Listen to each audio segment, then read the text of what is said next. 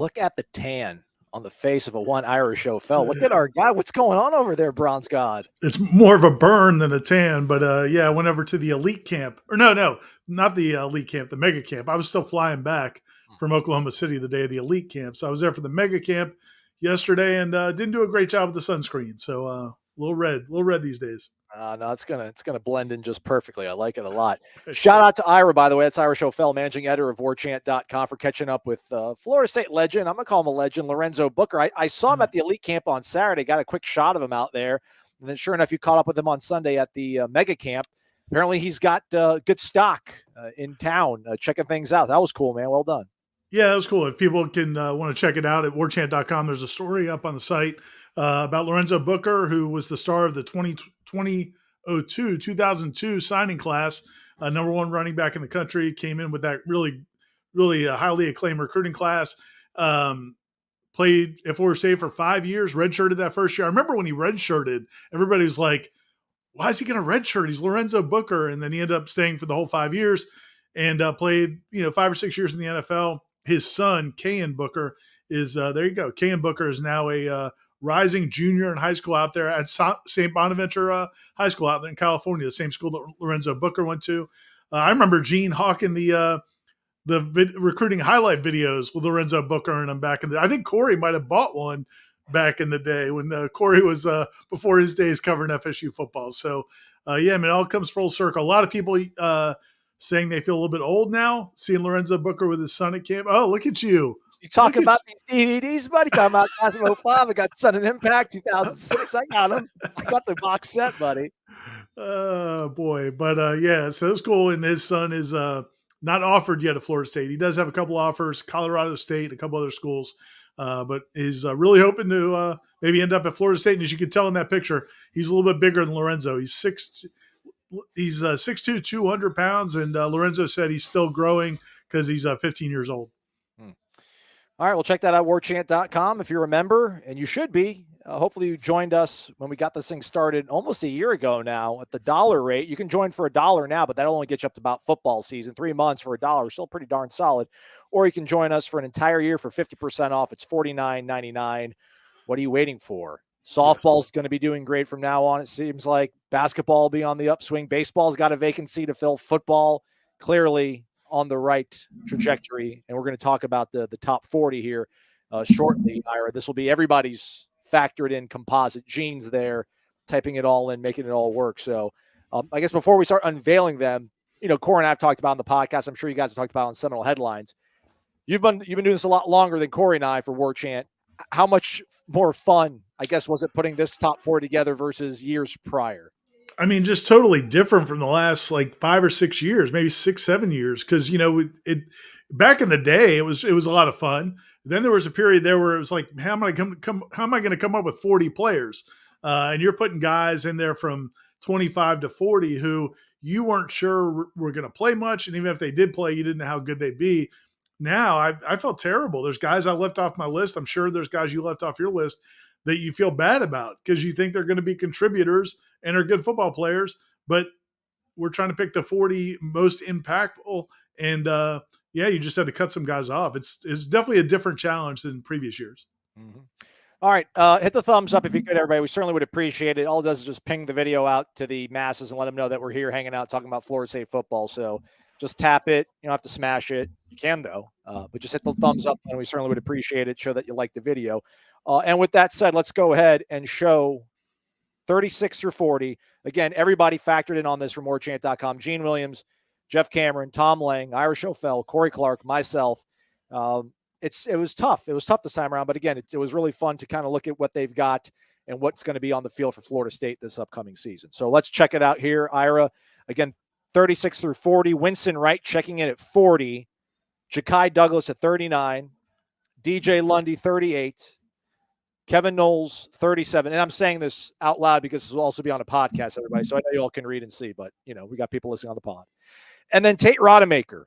Now, as I look at this, Ira, I only put one of these players on my top 40. How many of these players made into your top 40? I might have had them all, buddy. I might have had them all. I had Winston. I got your list. All right. I wanted to sell you a little bit here. Ira, you had Tate at 40. You had Ja'Kai at 38. You had DJ Lundy at 37. So those are ones I can see. Winston Wright, you had at 33. Mm-hmm. Strong. And then you had Kevin Knowles at 29. My man. Yeah, in the Winston Wright one, we should start there because we have him at number 40, and it's one where I think and I know you and Corey talked about it a little bit on Wake Up. He was a tough one. I mean, he's probably the hardest one to really come up with because we just don't know exactly what he's going to be. If he's the guy, if you look at statistically, he's had more success in college football than any other receiver on this roster. He had over 100 something catches at West Virginia. Had 1 year with 60 catches. Really productive player. He just missed all of last season with that leg injury. And then he did participate in the spring. He took contact. He ran full speed. But they did kind of limit him some. Like, they didn't let him do everything every single day, trying to kind of make sure he didn't overexert himself. But this position is so deep now, it's hard to know exactly. He and Ja'Kai Douglas right back to back. Those two, I don't know who ends up with more touches. I don't know. And there's a couple other guys that play their position, kind of those slot receiver types. So it's just hard to pick them. But I feel bad having Winston Wright this low. As you said, I have him up closer to 33, I think, because of respect out of what he's done as a college football player. But it's tough to know exactly because they have so many new pieces at that position. I didn't have him on my list, so don't feel too bad about yourself, Ira. I just, again, there are so many guys out there, and I can't wait to be proven wrong on this. Like, for real, man. I really hope I look like an absolute fool with this, but I just feel like, we'll never really know just exactly what he sustained in that automobile accident over a year ago now. But I just would have thought that, when we were talking about him last season, like we were into November and we're like, man, like, will they get him, a game or two because they can still redshirt him, get him back out there, get his feet wet. And then we talked to him. He was like, yeah, man, like I never had any plans on playing last season. And then in spring, we saw him quite limited. So I get it, man. Like 3-4 more months can really help the mindset mentally to feel and trust everything. But man, I feel like they got so many guys out there that, it'll be really kind of tough to kind of crack and get ahead of those guys if you weren't able to really be full speed at this point. But he's done it before. So certainly if anybody's capable, it's him.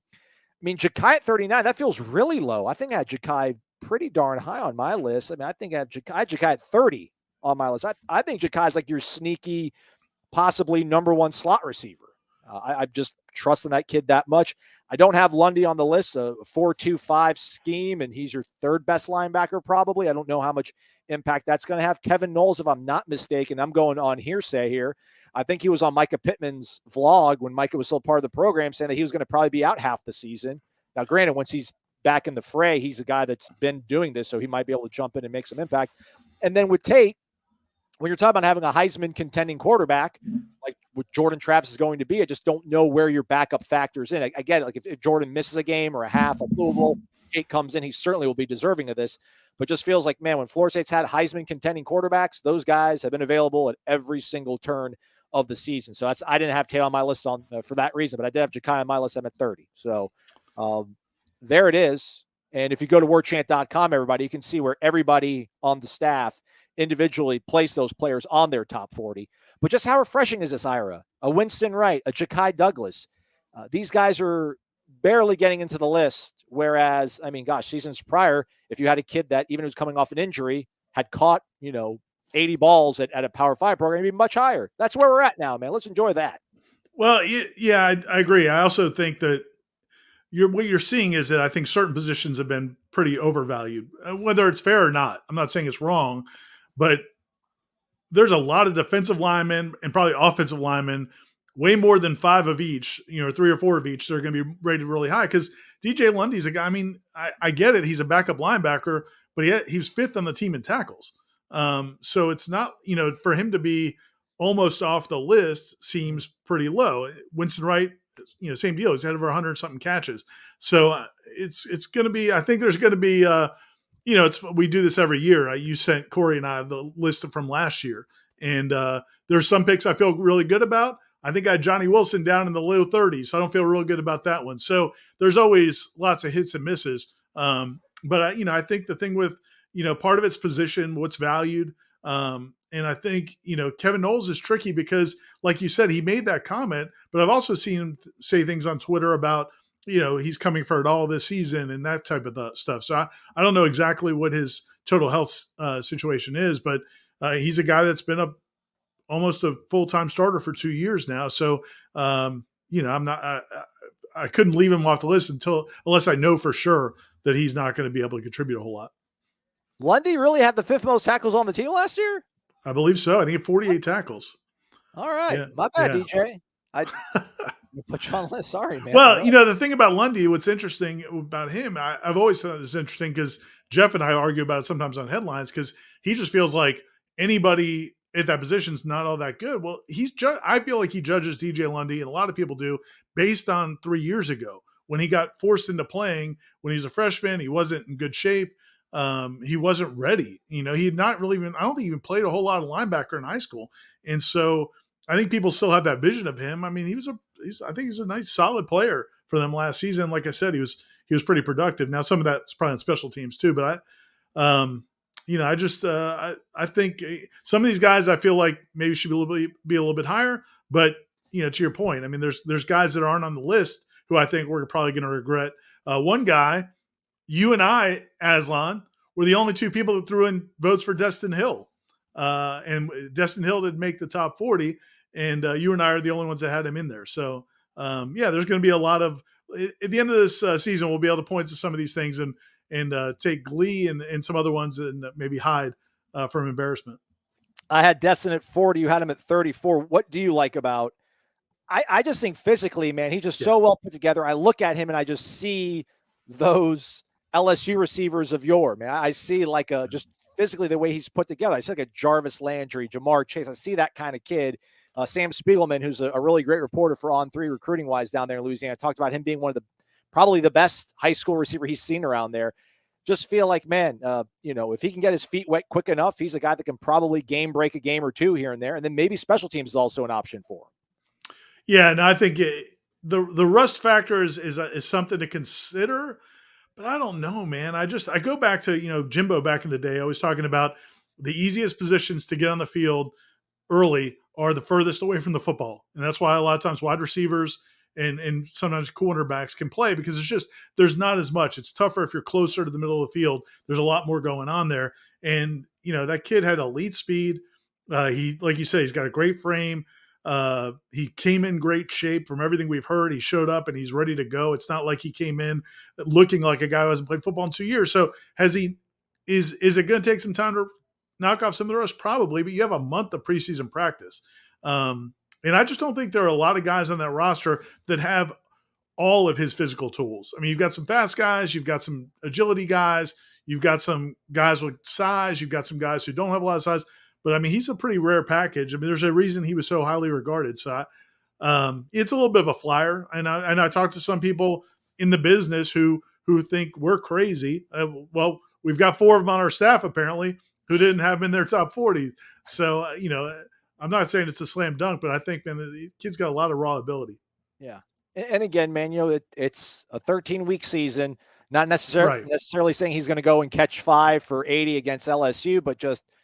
When you're talking about the Pitt game, or maybe he does something crazy in the swamp and ingratiates himself in Florida State Lore, then you're like, all right, man, well, shoot.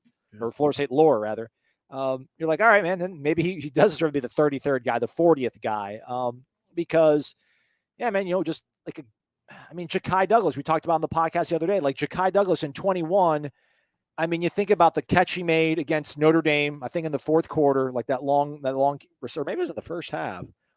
But obviously the one he caught against Miami that set up the game-winning touchdown to Andrew Parchment, man, like just those 2 plays alone, I think would put you in the top 40 of impactful players.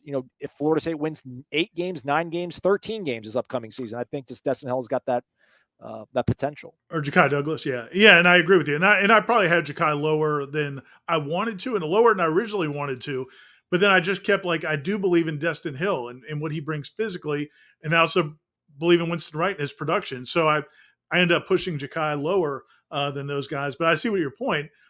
The issue with Ja'Kai to me is a little bit of durability. I mean, he only played 7 games last season. He only had 10 catches last season. To your point, coming out of 2021, I think we thought 2022 was going to be a really big year for him because he had those big catches in big moments. And then last spring, I think, remember, it was the last spring or last preseason where he looked outstanding. Like he was I mean, he looked unguardable, and then he ends up getting banged up, and he's he's a 5'9", he's well put together, but he's not a big dude, and he ends up missing almost half the season. So to me, that's another a little bit of a concern. He only played in, I think, 7 games. Yeah. Graded out pretty well though in the games he was able to play. And I just remember like he came in the Clemson game and had a big time catch, even though the game was kind of in hand. But just the fact that he was able to show up week 1 and make it happen. And his speed, we know his speed plays, and they're going to find opportunities for him to get the ball. It's just a question of, it's a crowded room, especially at that kind of slot position. I think. There you go, Jeff. He says we apparently had a question ready to go about Destin Hill. We already answered it, Ira. Look at that. Talent, my friend. Hawaii, no, I think we're going to go with high, no. I think that means Hawaii. Bigger impact this year, Destin Hill or Vandrevius Jacobs? Well, I mean, I think we all have Vandrevius higher. Even you and I have Destin in the top 40, have him higher. And I think, not to give you spoilers, but Vandrevius didn't get left off the list. He's coming in a later installment. And we break these down into 5 because, look, we're stretching. It's the summer, 5 at a time. But Vandrevius will be coming up. That's not to say we know he's going to have a bigger impact, but just right because we saw him in the spring and we just haven't seen Destin yet. Yeah. What is the plan, boss? Like, are we doing this like 2 a week, 1 a week? No, a little bit quicker than that. Yeah, in the past, I think we might have done 10 at a time for the first couple and spread them out a little bit. But this time, I think we're going to pretty much go close to daily, if not daily. So it's only going to run for about a week or so. But we'll knock them out. And like I said, I think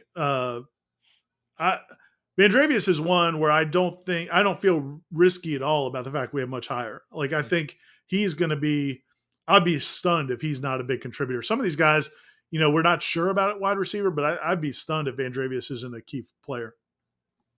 Yeah, I asked Corey this on the pod the other day, Ira. Your number 1 receiver is usually always so well-defined. I think your number 2 receiver is usually like a well-defined role. It happens because he's usually probably your second, best sort of option on most plays, your second progression.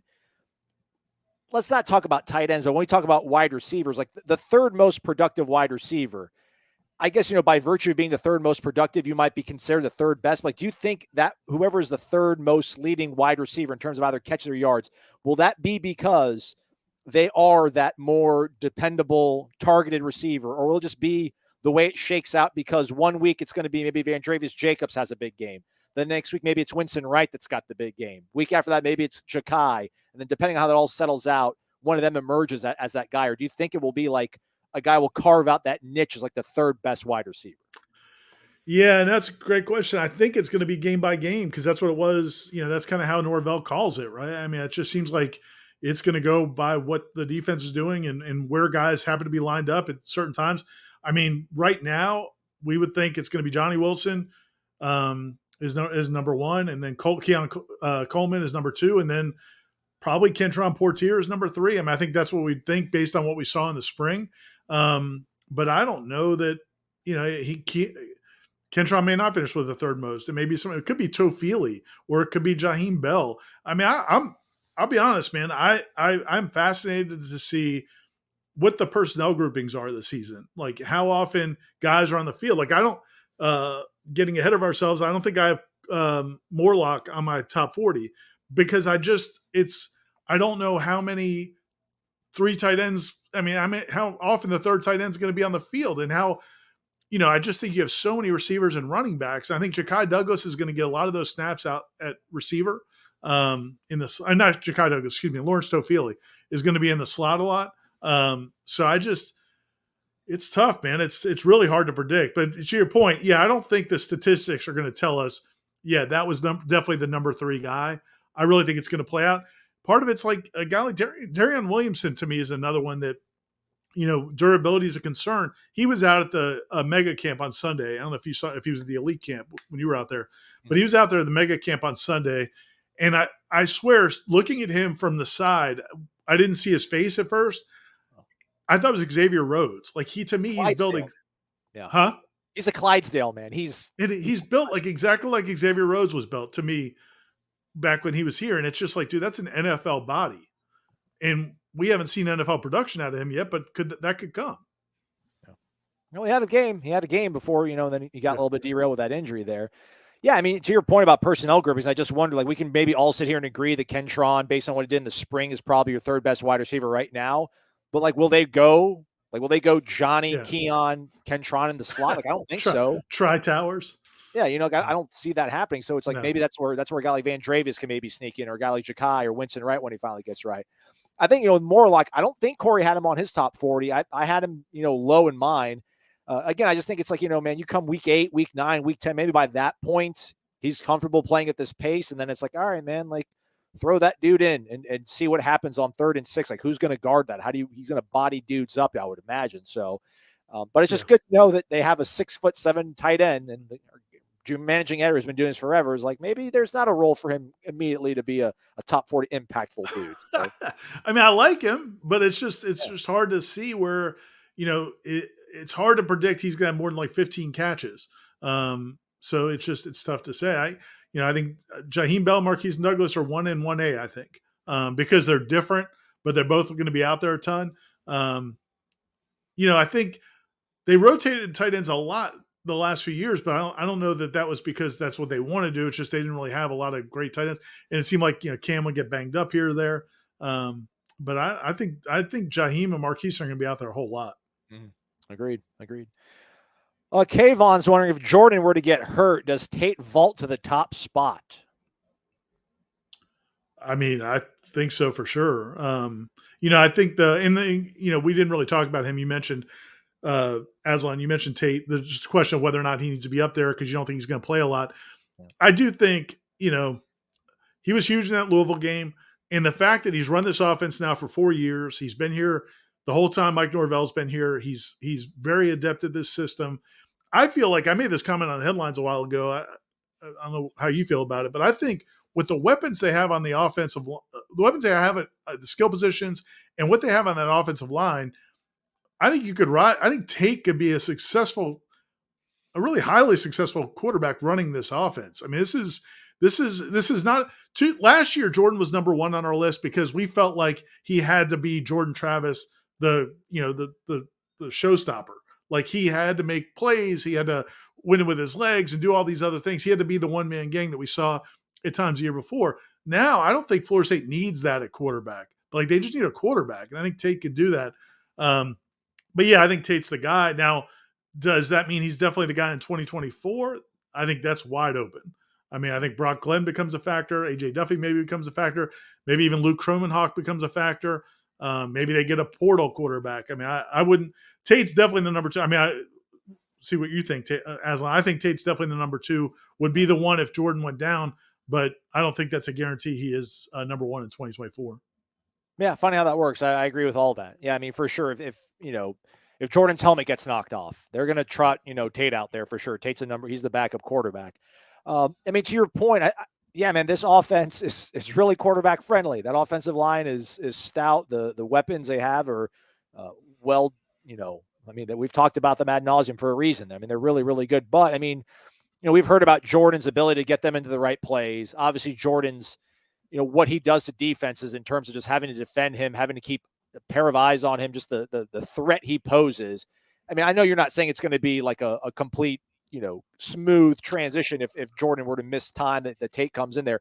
Tate can still win games, but I still think it's going to be closer to like Louisville Tate than it would be, Syracuse Jordan if Tate gets in there, in terms of just like, I don't think he's going to pick teams apart. I still think, maybe processing some stuff's going to be a problem. Defenses probably can do a little bit more to hem up this offense because they don't have to worry about him taking off, although he is a little bit athletic. But great insurance policy, man, because, yeah, if you're going to make a run for what they think they can make a run at this season, if you do lose a quarterback for a little bit of time, you don't want to be dead in the water, and they're not with Tate. So I think Jordan's figured out how to play through pain and will, and won't miss time. I was talking to somebody, might have been at that mega camp. I was talking to somebody who made the comment. I can't remember who it was, and they basically said that Johnny make a nice catch in the Louisville game for Tate. And so that kind of, it was like that. I don't know. I think that freed Tate, because when you think about when Tate would go in the game the last couple of years, when he went in as a freshman or even when he went into the next year, there was nothing to rely on. Like, he was just floating in the ocean because the whole team was a wreck. The offense was not, it was not good, and nobody knew what they were doing, and they didn't have a good offensive line. And then last year when he got in and Johnny makes a play for him, and then all of a sudden, okay, we can do this. That's what I would think. Like, if Tate goes into a games this year, I think he'll have that confidence that I don't have to wonder who can do anything. Like, these guys will make plays for me. I just got to get them the ball. I think that's a much better proposition for a quarterback that, isn't necessarily going to be a Heisman Trophy winning quarterback like Jordan Travis might be, but a guy who is just trying to be a quality college quarterback. I think he's going to have a lot more confidence if he gets in the game than he would have. And I don't know that Brock Glenn or AJ Duffy would have that same amount of confidence because they just haven't really been asked to do it yet. Let's see here. Hawaii Noel was saying he could see Morlock with only maybe 15 catches, but 15 big time catches that help contribute to wins or two, just like Ja'Kai did. So, sure, we'll see, man. Yeah, it's these are good quote unquote problems to have as we get closer and closer to a preseason camp starting up here for Florida State. We're taking your questions here on the Monday Smash. If you could hit that thumbs up button, hit the like, we certainly would appreciate it. Helps us out a little bit. Why not do it? Bradley says that Tate at 36 feels way too low for Tate. Even if Jordan stays healthy all year, Tate's development is fundamental to this program. And if he has to start, 38 isn't right at all. Probably 28 to 32, in my opinion. That's fair. The backups are always hard, though. I mean, it's just hard to, how do you value backups, because you don't know, if they're even going to get in games. I mean, to Aslan's point, I mean, Tate may not take, and I think I wrote this in the story that people can read. There's a story with a breakdown of each player on the website at warchant.com. There's a chance Tate may not play a meaningful snap in a game that matters all season. If things go well, now, he'll get plenty of snaps, maybe in mop-up duty, but in terms of when a game's on the line, you're hoping that you don't have to go to him. So it's hard to say that he's going to have one of the top 25 or 30 impacts on the team. But if he does have to, then he vaults right up. That's just the tough thing about doing a list like this. Zyler was wondering, did either of you factor in kick return, punt return into your rankings? I didn't really, but we probably should have. It's just hard even with that because those jobs are pretty wide open. Other than Trey Benson, he's already up really high. I don't think we have a great grasp after the spring. I don't know if you do, Aslan, of who's going to be the punt returner. I think it's pretty wide open with Micah Pittman leaving and kick returner. I don't know who the other guy is going to be with Trey Benson. I mean, and Trey Benson's probably be the primary guy. So I didn't give it much of a factor. I mean, Lawrence, Rodney, Deuce, those are the guys that were working at kick return. Towards the end of spring, I think Winston was actually returning punts more than he was returning kicks. Renardo was out there for a little bit returning punts. Van Dravis was out there returning punts. Zaire Thomas. Yep. I mean, Destin Hill, I think might be. That's the reason why I put him at 40. I hope something works out this kid again. I just think physically he looks the part. Hate saying that. Try to not say looking the part. But I mean, there's that possibility. I think his first actual highlight on his huddle film is him returning a kickoff and just going complete like video game mode. So I think there's somewhere for him to get involved in the special teams game that could help vault him into making an impact for this season. So for him, I did, but the other guys, Van Dravis, I put Van Dravis where I put because I think the way he'll play, from scrimmage. So, yeah, and the guys that return punts like you said, Winston Wright returned some, Van Dravis, other guys, but there's nobody that you watch. Okay, that's the answer. Right. To where you would have said, yeah, I'm going to give that guy so I really didn't think about it too much, but I think the reason I didn't think about it too much was because nothing really jumped out as, that guy's going to be the X factor. Winston Wright, assuming he's totally healthy, was a good kick returner. He's got 100-yard kick returns at West Virginia. He might be back there with Trey Benson, and he might be a factor. So, there's a lot of opportunities back there, but I don't think we saw anything in the spring that made you feel like, okay, these are going to be the guys. Right. No, well said. Well said, Ira. Chris Clayton, do you think this team is similar to the 2010 through 2012 teams or the 15-16 teams? I don't know if he's asking either or maybe closer to one than the other. I think maybe, those are, if you look at by records, those are all about 10 win-ish teams, right? I mean, like, 10, 11 wins, maybe up to 12 wins, but maybe not national championship contenders. I think, man, I think they should be closer to 13 or 14. I Well, think, 13, right? 14 wins or the 13, 14? I mean, I guess it's the same Well, thing, same right? thing, right? I was meaning those seasons. I mean, I just think I don't know. I mean, I guess maybe the 2012 team. If I had to pick one of those years, I'd say 2012. The problem with 15 and 16 to me is you didn't have good quarterback play, and you didn't have great chemistry. They just were still really talented, I mean, I just Dalvin Cook, man. It was and Dalvin you Cook. had Dalvin Cook. You had Dalvin Cook, exactly. The one man gang, really. Um, so more like the earlier ones, maybe like 11 and 12, but probably more like 12 than 10 or 11. The only difference is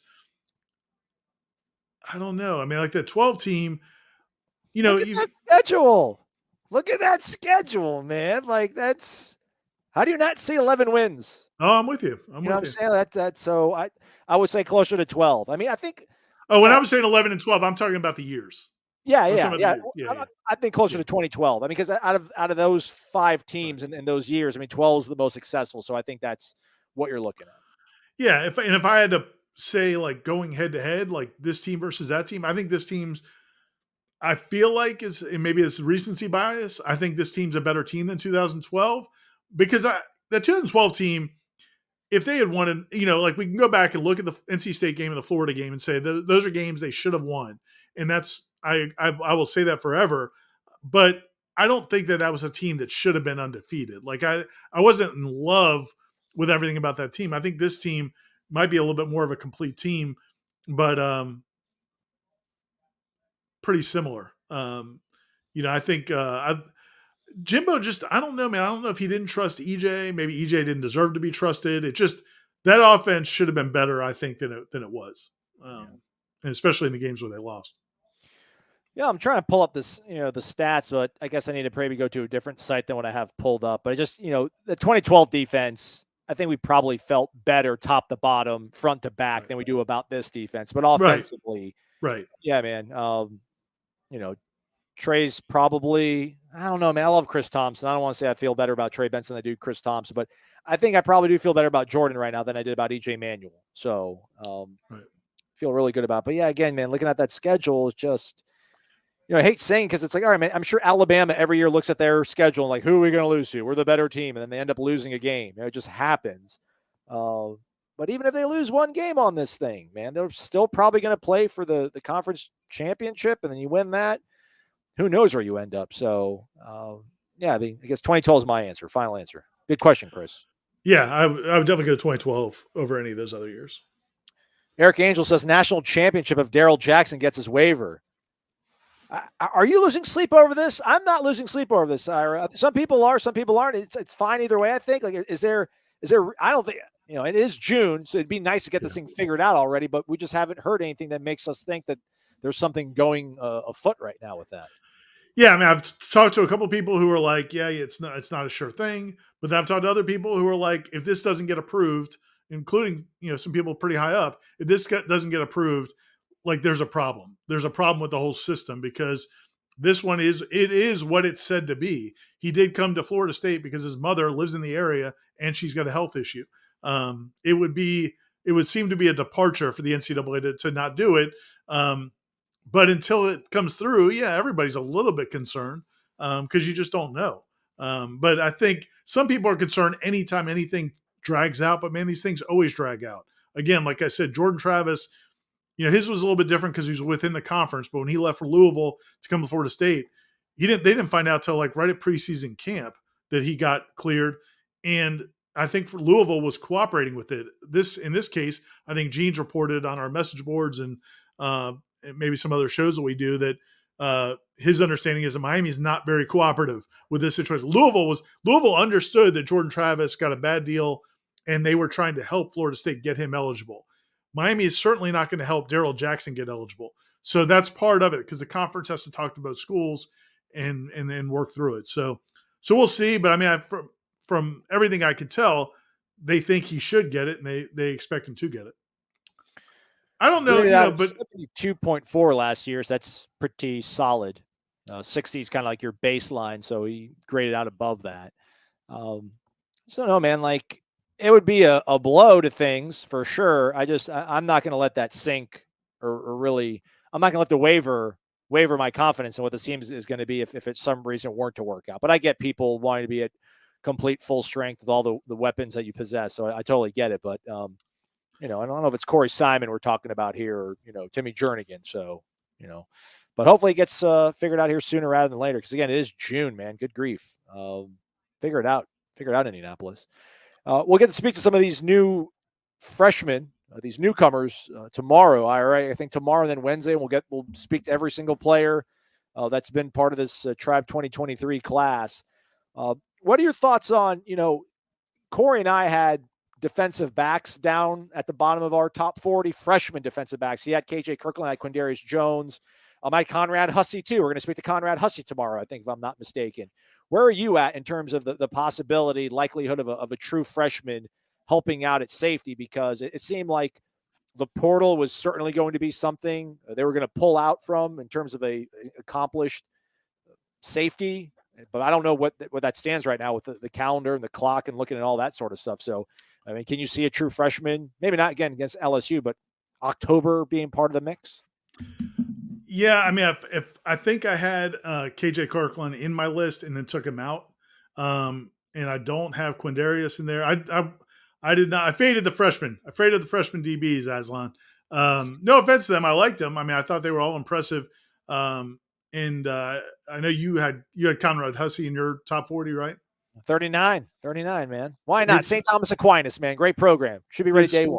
When I definitely know they're very high on those guys for sure. I mean, I know that they're very excited about what he's going to do, and he wasn't here in the spring because I made the comment to somebody on the staff about how good KJ Kirkland and Quindarius looked in the spring, and they said, "Well, we really can't wait to see those other freshmen, meaning mostly Hussey and I think Edwin Joseph, those other freshmen because they were super excited about them. So now they didn't have the spring, but." And I think, and Hussey was out at the camp, and I was talking to, I think Chris Nee said he asked me if I'd seen Hussey out there, and he goes, man, that dude is put together. I mean, like, he does not look like a high school freshman. So you might have nailed that one, Aslan. Yeah, we'll see. Man, I'm just, I did put Chubba Purdy number 3 going into 2021, I think. So, the freshmen haven't always treated me great, but, why not us, man? Like, why can't Florida State have some absolute stud true freshman make an impact, man? So I'm gonna keep swinging on these ones and hopefully hit it at some point. Well, and it's a good point though, because when because people have been freaking out about the safety position, like you said. A lot of people want them to go get some safety out of the portal. They obviously tried. They couldn't get the key kid. Alabama got him, and that's a concern. You'd like to get another safety, particularly one with some experience. But I made the point that I think didn't Nate Andrews and Jalen Ramsey play a lot in 2013 as freshmen, so it's not like unheard of. And then when I said that, a couple of people mentioned on the boards that like in the 90s they had freshman safeties who were not expected. It's not like they were penciled into the depth chart going into the season, but they were called upon and were able to play. So it's not like it's unheard of. I get that everybody wants to have sure things at every backup position. But it's not impossible to. It's not like you're asking for a freshman left tackle to step up. A lot of these, it's happened before at a lot of these other positions. Our guy, or maybe our gal, Joe Smith, was asking, could Pitt be a trap game? I'm thinking about going up north in November, but it's going to be cold. November 4th. That Pat Narduzzi might have something for us. I don't know if it's enough for 60 minutes, but Duke is my quote unquote trap pick. That's my, even though it's in Doak. Is Pitt your pick when you look at this schedule for 2023 or the Pitt game, your trap game? Yeah, and I don't know if Pitt's good. I don't know. It would be a huge trap. I mean, it would be back-to-back road games, so that's a concern. And then also, Pitt was good this year. I mean, they were a good football team. And they're never a bad program, and they're different. They're not built the same way teams in the South are built. But their defense, they've had a ton of good defensive players the last few years. I mean, man, that it seems like every year they've got a bunch of linebackers and defensive ends that you would like to have on your team. So I don't think it would be crazy for Florida State to not play well up there. I do like the fact that this offense, I think, will travel because of the running game. Jordan Travis is a senior. So the things that would make you concerned, I think, in a road game, I don't. Those things really aren't there that makes you think the offense isn't going to play well. So, yeah, I don't know if there's a game I would say, oh, I'm really worried about that one. I get your point about Duke. I mean, Mike Elko's obviously a good coach. They've got a good quarterback. But the fact that you're at home, you should feel pretty good about that. Yeah, man. Pitt's got Phil Dracovic as their quarterback. Like he was supposed to be this, he was at Notre Dame and then whoever passed him by. So then he goes to Boston College. Was like, oh, he's got this prototypical NFL build. Like he's, Jeff Hafley's going to figure things out. And I think he played pretty well for them in the COVID year, but otherwise has been pretty pedestrian. Well, remember the game up there where he got back healthy and he played against FSU and looked terrible. And I mean, maybe because he wasn't fully healthy, but it wasn't like a hand injury. It wasn't like it was I thought Florida State's pass rush just completely took him out of his game in that game. He looked like they didn't have a good offensive line, but he looked like he did not want to hold the ball. Maybe they'll speak. There'll be the Jerkovich whispers this season, but I'm with you, man. I was not real impressed when we finally got to see him that year.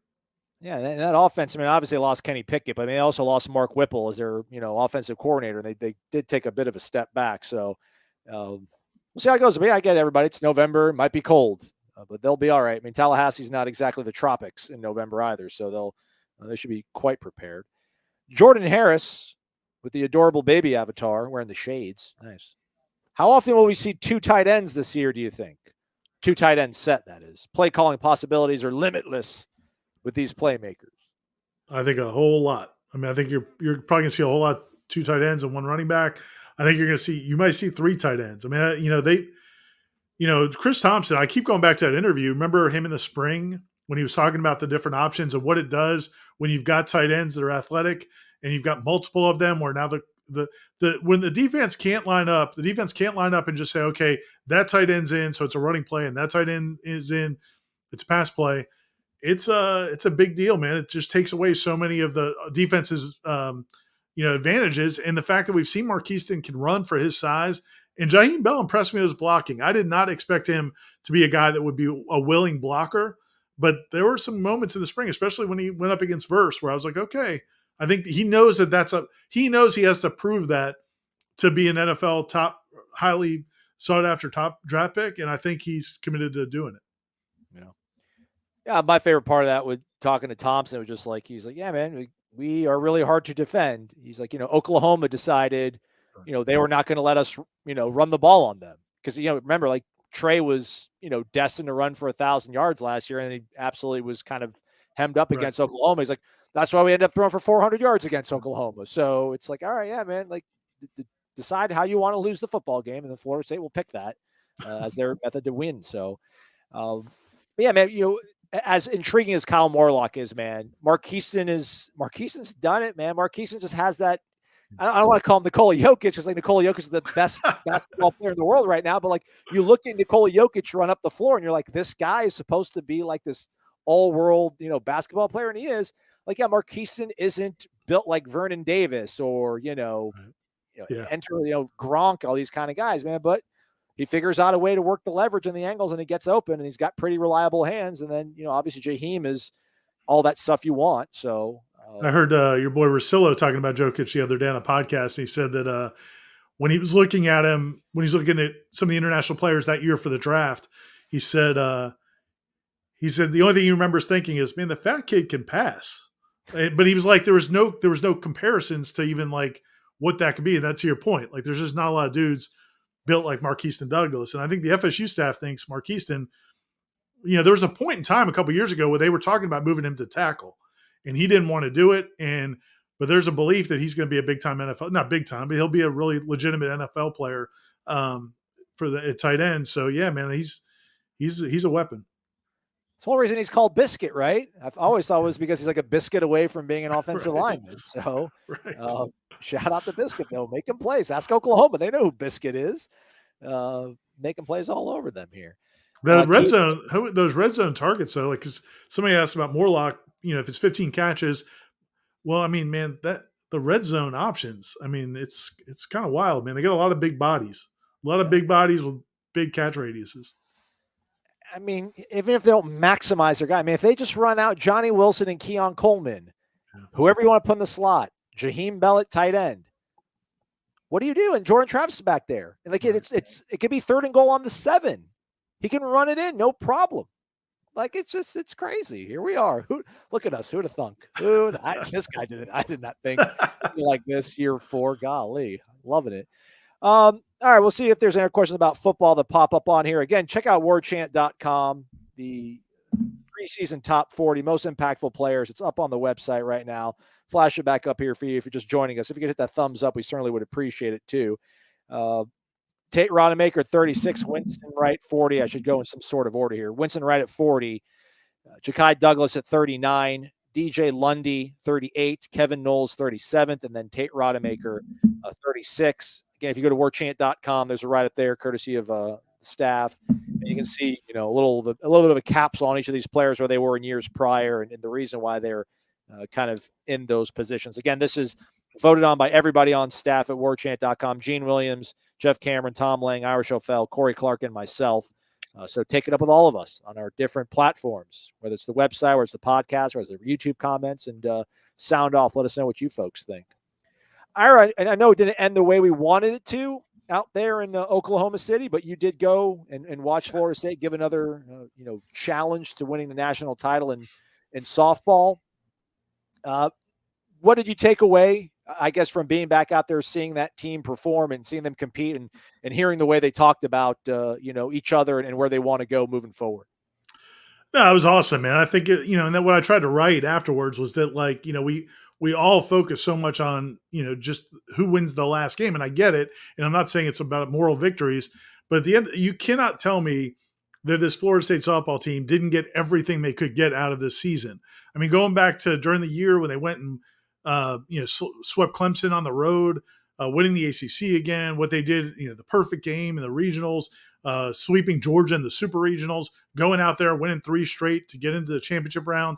And then they go up against Oklahoma and can't knock off Goliath. And I think, it's not to say they couldn't have, if a couple things go their way, but that's what you need when you're playing against a team of that stature. Like, for example, like last year, Georgia, was Georgia's the best team in college football without question. Could they be beat? Sure, but something would have to happen. Like Georgia fumbles, or you make a miraculous play, or, they get some, things. You have to have some things go your way. I just think Florida State softball, they played 2 pretty straight up games with Oklahoma, and Oklahoma's a better team, and Oklahoma won. But Jordy Ball's leaving, so that at least gives you a little bit of hope next year. That she's unbelievable, man. I saw some people on the message boards asking, like, Oklahoma's pitcher, like, why is she tough and why couldn't we hit her? And well, she apparently, there's the 3 main pitches in softball, and most of them can do like 1 or 2 of them. She's got like unbelievable. Every pitch she's got in her arsenal, the rise, the changeup, the drop, they're all awesome. And so as a hitter, you can't even isolate on, okay, this is her strikeout pitch, this is whatever, and then she's got velocity. So, and again, I'm not a softball expert by any stretch, but I think that's it. It's like it would be facing somebody like Mariano Rivera, with his, sinker or whatever, but then also having like 2 other unbelievable pitches. So it's just tough situation. So but she's leaving there now. But it was fun to be out there. They're a fun team to cover, but I think they got everything out of their ability. I guess she's going to go back to Nebraska. She's from Nebraska. Yeah, it says I've decided to return home and play the game I love closer to things that have made me who I am and that have always been more important to me than this game.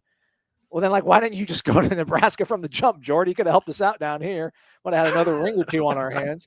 But I bet, I was thinking about this. Like, this is what Travis Hunter could have done. Like, Travis Hunter could have gone and done what he wanted to do and try to make a bigger statement about options and what's out there for everybody to try to become the next level of a college football player, and then come home and then come back home to where you want to go.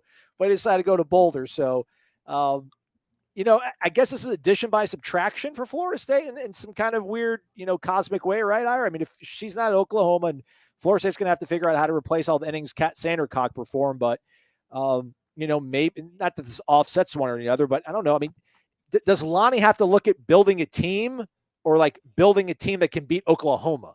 And then maybe this is easier with Jordy Ball being gone if you're trying to figure out a way to beat Oklahoma, because that seems to be the target, the goalposts. Yeah, the frustrating thing about those two losses, so they lost there to Oklahoma in the championship series this year and in 2021.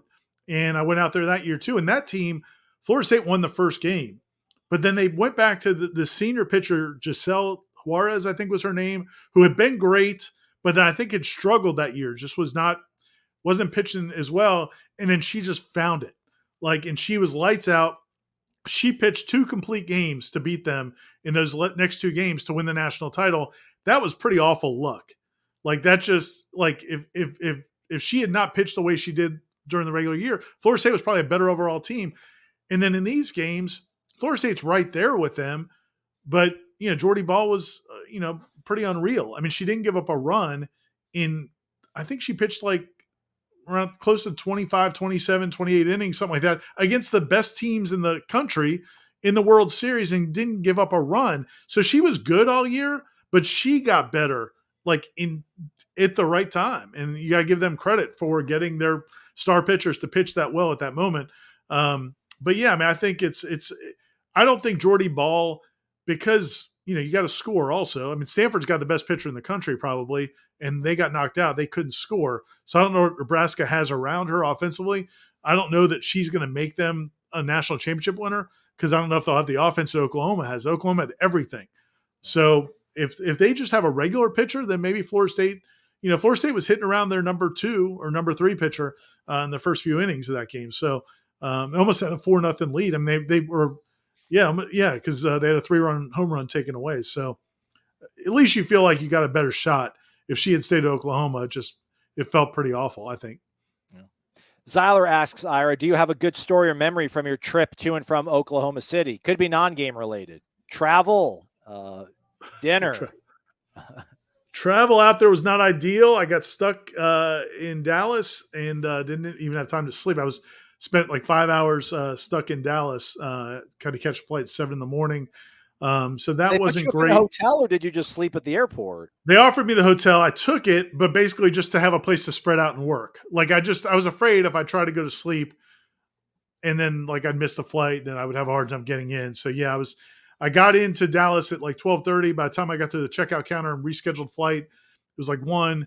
So I just went to the hotel for 4 hours and worked, and then came back. Then worked and watched some of the Travis Rudolph trial. Actually, that was on. I watched that on YouTube. So, any takes on that? I haven't read one single thing on it. I've insulated myself from it. I watched a lot of that trial after the fact. I would watch it at night, and man, there's a million opinions on whether or not it's stand your ground or not. The judge said it wasn't stand your ground because they weren't on his property anymore. They had gone down the street.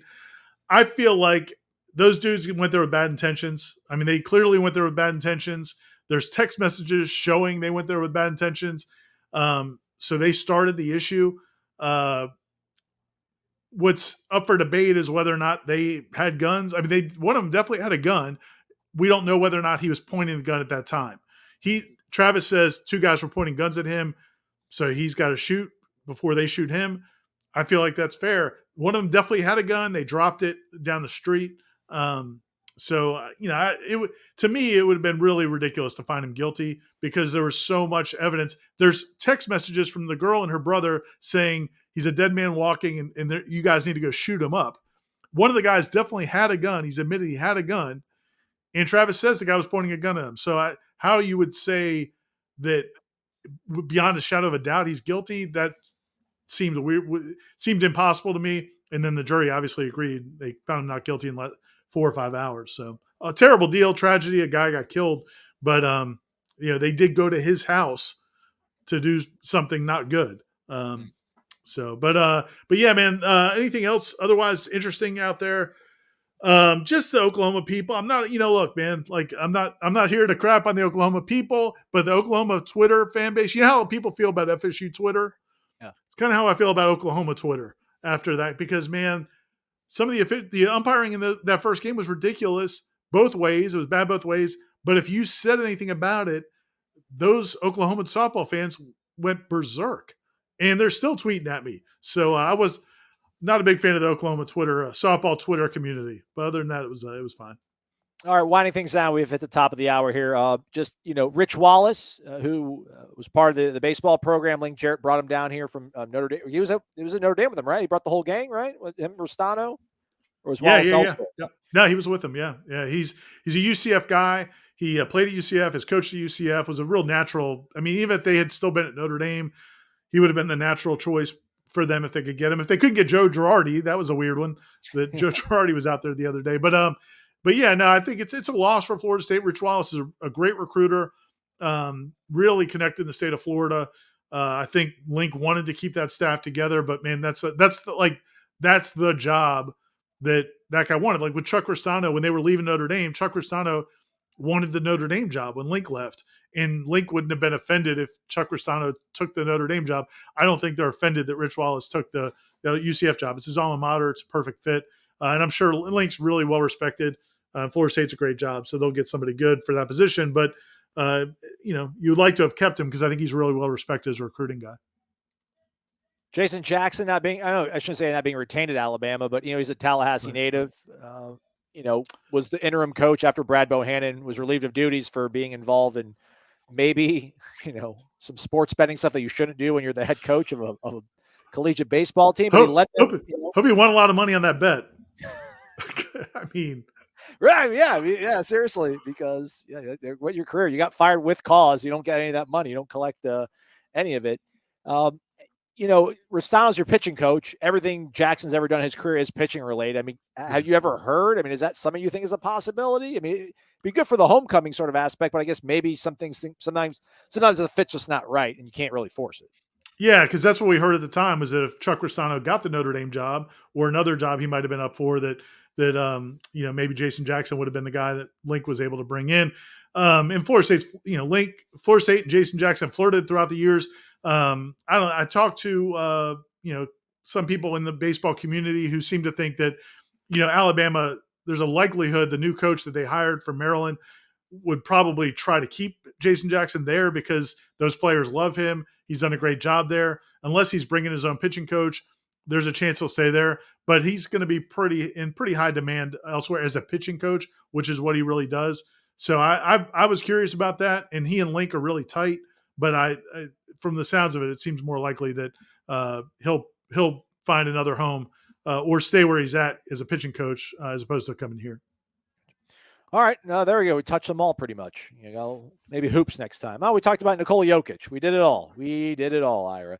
Again, a reminder, we just unveiled the Warchant Top 40, the first installment of it, picks 36 through 40. Winston Wright, 40th. Ja'Kai Douglas, 39th. DJ Lundy, 38th. Kevin Knowles, 37th. And Tate Rodemaker checking in at 36. These were all weighted based on the ballots submitted by everybody over at warchant.com staff, Gene Williams, Jeff Cameron, Tom Lang, Ira Schofel, Corey Clark, and myself. So we'll continue to roll these out over the coming days as we don't have to space it out as much because we have a really good football team to cover with really big expectations and other things going on, Ira. So it's awesome. And Matt Lasser from the staff is in the chat saying Dallas isn't a bad place to be stuck. I give Matt credit. Matt's from the Dallas area. When I texted him, I said, "Hey man, I'm about to be stuck in your city tonight." He's like, "Hey, my parents have 3 empty bedrooms, so I should have gone crashed at the Lasser estate." But they would have gotten you out of bed. You wouldn't be able to actually sleep. You wouldn't be able to sleep. They would have got you up out in time to catch the flight. But yeah, it should be a busy week though. Like you said, we got player interviews tomorrow. Blake Nicholson, some of the DBs, Jabril Rawls. I think might be Hussey and Joseph maybe too. Kind of clustering the position. So we'll have those interviews tomorrow. I think they're going around 12:45. So check out warchant.com tomorrow around 1 or after. Aslan will have the videos up and we'll have stories coming from those as well. And then there's more players on Thursday. Yep. And plenty of recruiting stuff going on as there's camps all week long. So I think we'll have a live recruiting chat on Thursday, everybody. So tune in for that one. But in the meantime, everything you need to know is over on the PRB, the premium recruiting board at warchant.com. It's $1 for 3 months or 50% off for an entire year of warchant.com. I think Father's Day is coming up. Why not, treat dad, treat yourself. Good call. And real quick on that 50% off special, both of those, but really the 50% off for a year. It's expiring soon. Like, I'm not sure. I think it may be in a couple days. I didn't realize that. I thought it was kind of going on all month, but it's a couple more days. So if you think you might want to get that for somebody for Father's Day, you should go ahead and jump on it. Get on it. You can pick their name. So whenever they go on the message boards and post, it'll be the name that you chose for them. So you can have some fun with it. So do it. Maybe your buddy just had a kid. Get a him for Father's Day. Look at that. 50% off. It's great. You can use the login too, maybe. I didn't say that out loud. All right. We're done. Ira, as always, man, appreciate you doing this on the Monday Smash, man. We love it. Thanks, Aslan. I'll talk to you soon. All right. Have a great one, everybody. Hit that thumbs up on the way out. We certainly would appreciate it. And stay connected to warchant.com, the ultimate Seminoles sports source.